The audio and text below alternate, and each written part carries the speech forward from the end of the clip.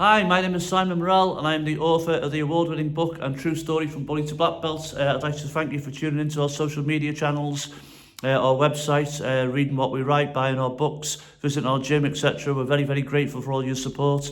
I want to talk to you today about something that at one time seems to be a little bit under control in society, but more and more lately I hear it's getting more prolific again, and that's panic attacks. I speak to people, because people know my background. I had massive panic attacks as a young man. Still have them from time to time, if I'm quite honest with you, but I'm able to control them. And that's what I'm going to talk to you about today, controlling your panic attacks. But very briefly, when people come to our gym, or we speak to people in the street, or people they know us and they talk to us about their problems, and they ask me how they cope with panic attacks, it does seem to be getting more and more prevalent, which is quite sad.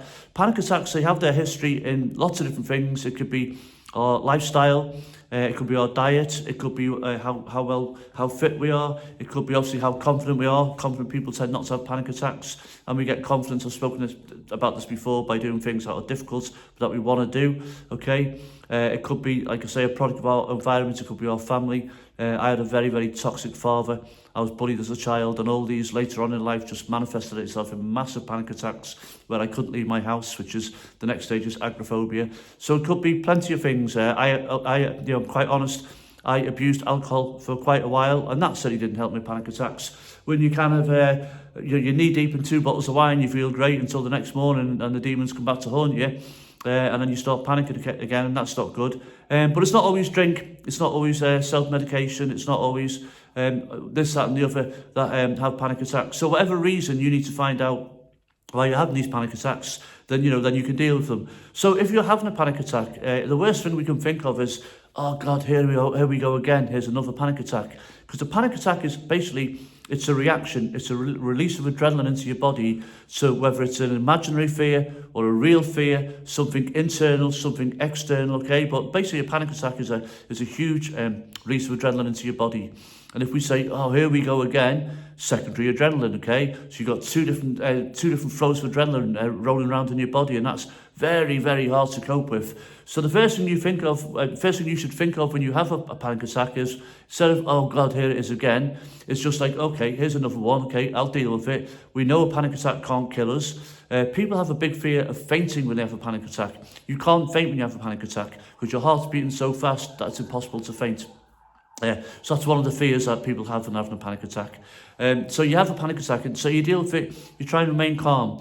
Most panic attacks will burn out after 10 minutes. The longest I've ever had a panic attack for is 20 minutes, okay? So what we do, we self-talk. We say, it's just another panic attack. It's just adrenaline. I'm reacting to something, like I say, external or internal. The external ones are easy to deal with, okay? Easier. Internal, not so much. So you internalise a positive self-talk. I'm okay, I'm in a safe place, there's no harm going to come to me. Excuse me. All it is a panic attack. It is just adrenaline that's going to burn itself out. This will not last forever. So you stay in the moment. A big thing you can do this. I mean, I teach this even when it's not a panic attack. I teach this when some of my fighters have fear because they are grading, training, fighting, etc. Okay, you box breathe. So you breathe in very, very slowly to the count of 5. And you hold for 5 seconds, and you flatline, and you breathe out, and you breathe slowly out for 5 seconds, and you hold at a low point for 5 seconds. And all the while, you can do this for 4 or 5 minutes, okay? And it'll really, really slow things down. You'll start feeling better. You'll start feeling more like yourself. You'll start feeling calmer. Your heart will stop racing so much. And all of a sudden, you feel you're coming out the other side. So deep breathing, okay? This is when you're in a panic attack. Deep breathing. Positive self-talk. Tell yourself it's not going to last forever. Focus on something. Sometimes I focus on a certain something in the room, and I'll look at it, and I'll make myself aware of my surroundings. I'll be external again. I'm in a safe place. Okay, there's nothing going to happen to me. There's no bogeyman around the corner. There really is nothing to be frightened of. And gradually you'll start bringing yourself down, and you'll feel better. Usually after a panic attack, you're quite tired.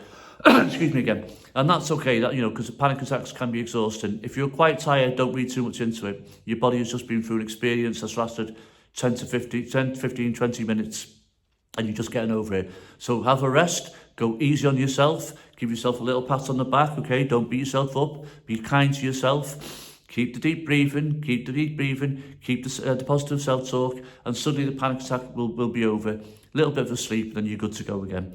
Until the next time, okay? Eventually you'll learn to deal with panic attacks so well that you won't even notice you're having them. So in future social media posts and podcasts, etc., I'll talk more and more into why we have the actual panic attack. But for now, it's enough to know how to deal with it. Positive self-talk, deep breathing, focus on a certain part of the room, and then look around you. You're in a safe place, etc., etc. You'll feel your heart slowing down. You'll start to feel better. Then you get that massive endorphin release where you feel good about yourself. And above all, be kind to yourself. I hope this has helped.